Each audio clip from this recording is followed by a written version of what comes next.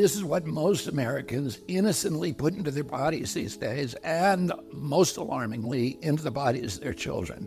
And it's no coincidence that Americans die earlier than Canadians or Germans or Italians or Japanese or Koreans or Australians or most any other comparable country.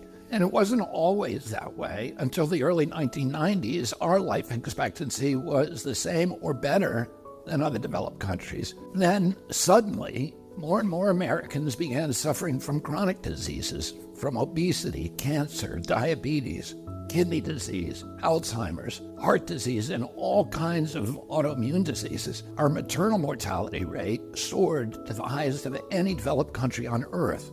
Same with infant mortality.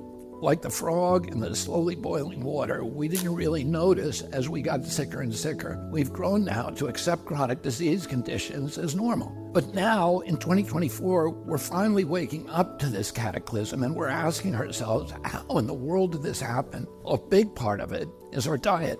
Restaurants that serve contaminated food are fined or shut down. But when it's the government that approves the poisons in our food, a few people get very, very rich, and the toxins end up in every supermarket aisle. Let me show you what I mean. Doritos, Cheez-Its, Cap'n Crunch, gummy bears. Everyone knows that these are junk foods, so maybe you wouldn't be too surprised to see that the ingredients include a lot of poisons, including a harmful yellow dye called tartrazine, or yellow dye number 5. What you may not know is that this dye was originally made out of the sludge that's left over when you turn coal into coke for blast furnaces. It's called coal tar, and I've actually sued many big industries for legacy contamination of coal tar all around the country because it's so toxic and it's so harmful to the environment and human beings. A century ago, it was just an obnoxious industrial byproduct that everybody was trying to figure out ways to get rid of. One of the ways that they did that was by paving roads. But then a British chemist figured out that the coal tar could be used to derive fabric dye. And if fabric dye, why not food? Food manufacturers began using it to cover up the discoloration of low-quality foods that they wanted to pass off on unsuspecting customers. They didn't know back then that this yellow dye, tartrazine, causes tumors, asthma, developmental delays, neurological damage, ADD, ADHD, hormone disruption, gene damage, anxiety, depression, intestinal injuries.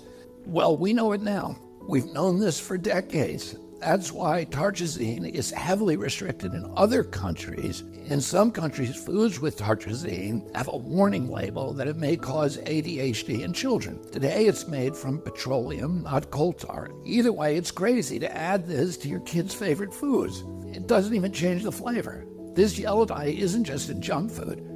It's in the foods that we consider healthy. It's in everyday kids' snacks like popcorn, mac and cheese, fruit snacks. It's in sports drinks like Gatorade and so-called vitamin water. It's even added to chicken broth, to corn, to pickles, to mustard, and to yogurt. And so, of course, our kids get sick.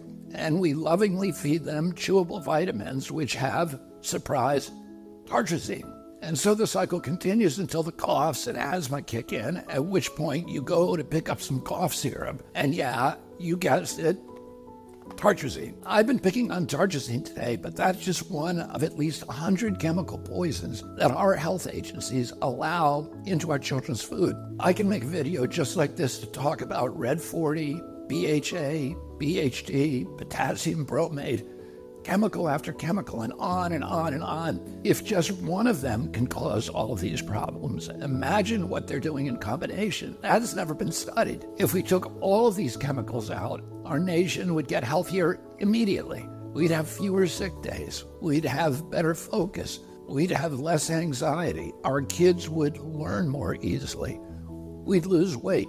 We'd have more energy. We'd have fewer tumors and longer lives. It's not all dark. Over the past 16 years, the government has banned 8 chemical additives that cause cancer, genetic damage, asthma, and many of the other health conditions as tartrazine does. And you know what's interesting? All 8 of those crucial steps forward in our kids' health were taken under President Trump. But the Democrats who claim to be all about health care have stood by watching other countries ban these poisons and make our kids sick, asthmatic, hyperactive, and depressed. They left them on every supermarket shelf in America. They even used your tax money to put them in your kids' school lunch. So their big food and their big ag donors probably gave them all that golden handshake and the big money hug. And their big pharma donors probably called them up and thanked them also, because now they're going to make billions selling Adderall, Prozac, and rescue inhalers. Enough is enough. President Trump and I are going to stop